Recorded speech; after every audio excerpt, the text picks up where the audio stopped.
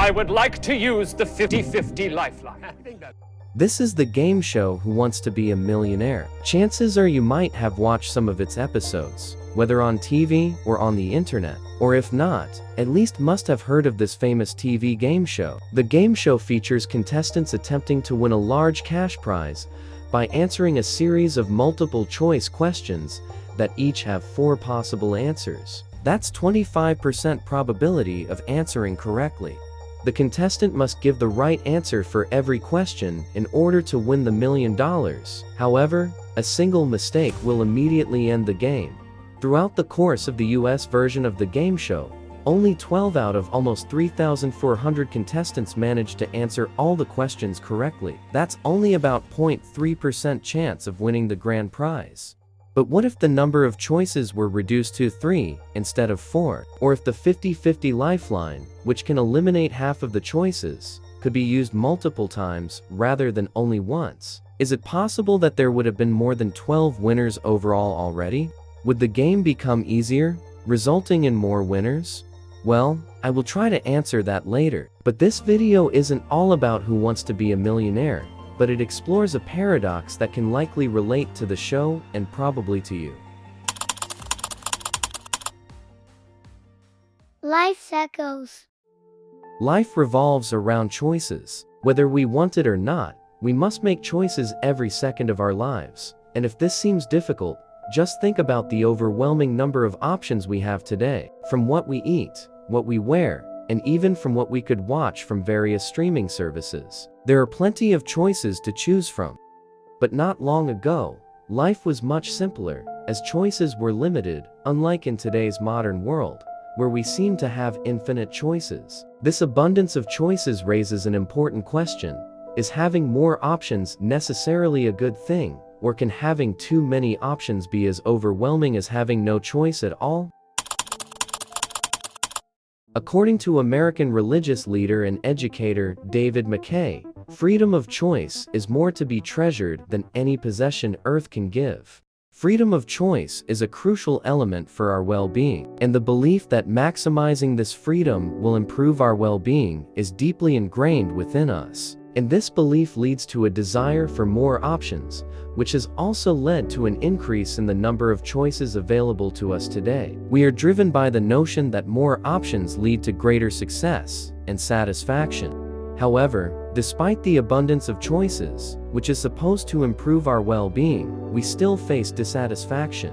Isn't it ironic how we often yearn for freedom, yet when presented with an overwhelming number of choices, we often fail to experience the expected satisfaction? What makes it so paradoxical?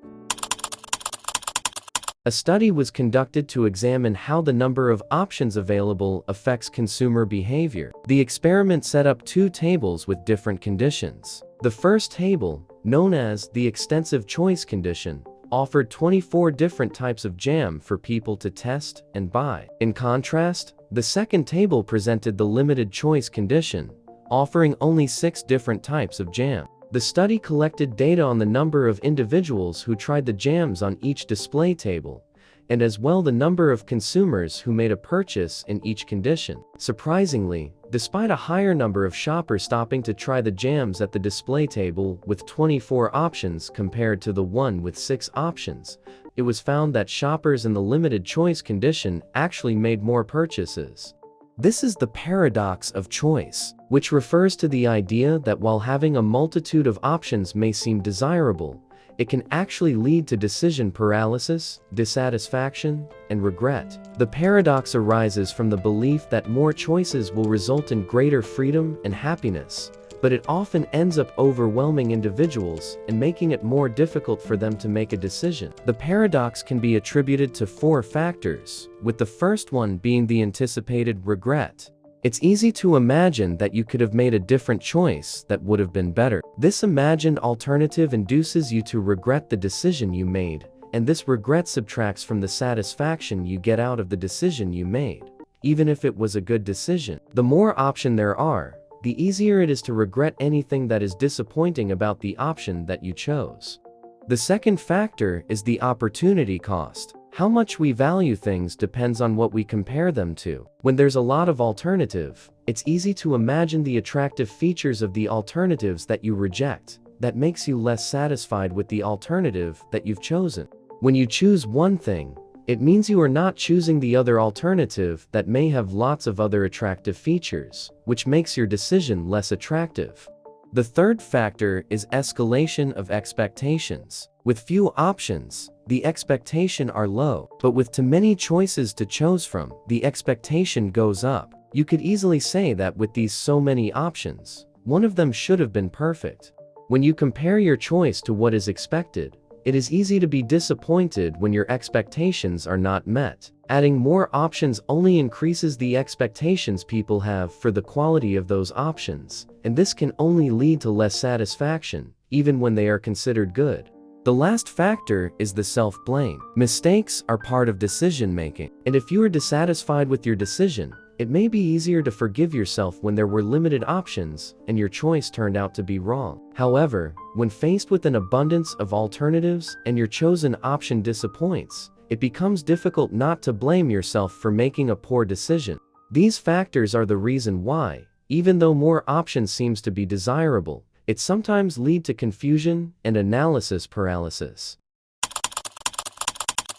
A study conducted in the US analyzed investment records from Vanguard, a large mutual fund provider that offers affordable market access. The findings revealed that for every additional 10 investment funds offered by employers to their employees, the participation rate decreased by 2%. When employers offered 50 investment funds, the participation rate dropped by a significant 10%. But why? Because 50 funds are simply too many for someone other than an experienced investor to make an informed decision. Many people put it off until tomorrow or find themselves unable to make a choice at all. And that's analysis paralysis, where an individual or a group is unable to make a decision or take action due to being overwhelmed by a multitude of options or excessive analysis. The person becomes stuck in a state of overthinking and indecision, often fearing making the wrong choice or fearing the consequences of their decision.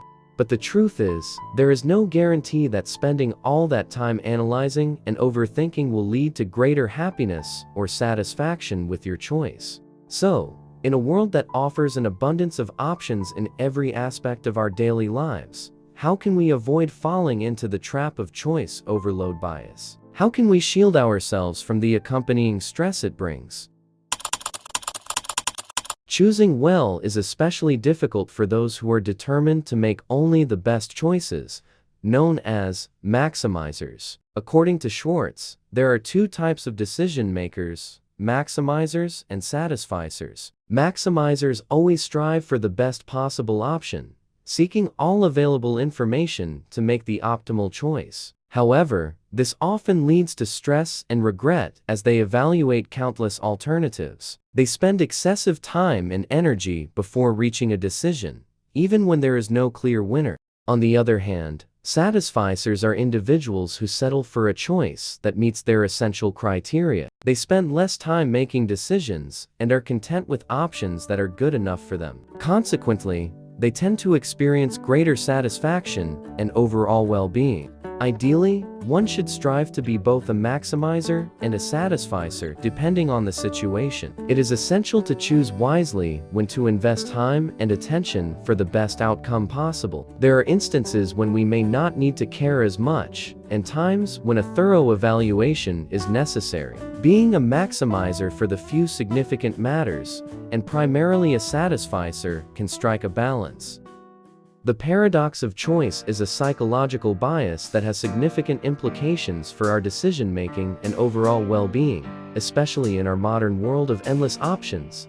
It's a real struggle to know that we have so many options to choose from, and we always want to make sure that we make the best decision possible. But believing in perfect choices is an illusion. The best doesn't really exist. The reality is that we'll always have to make a sort of trade-off. By understanding the impact of choice overload and adopting strategies to overcome it, we can finally learn to be more satisfied with less. Some choice is better than none, but it doesn't follow that more choice is better than some choice.